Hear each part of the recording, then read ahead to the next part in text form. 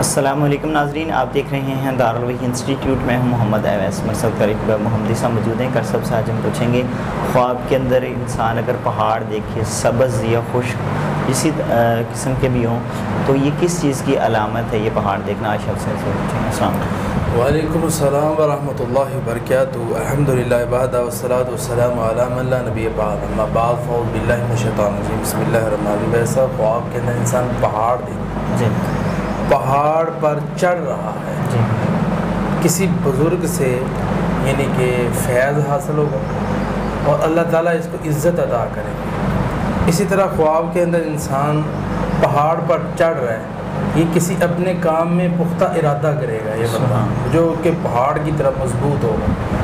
اس طرح خواب کے اندر انسان پہاڑ کودتا ہوا دیکھتا ہے، پہاڑ کو کودتا ہوا دیکھتا ہے، تو اس کی تعبیر ہوتی ہے کہ زبردست اللہ تعالیٰ فتح عطا۔ قد صدقت الرؤيا إنا كذلك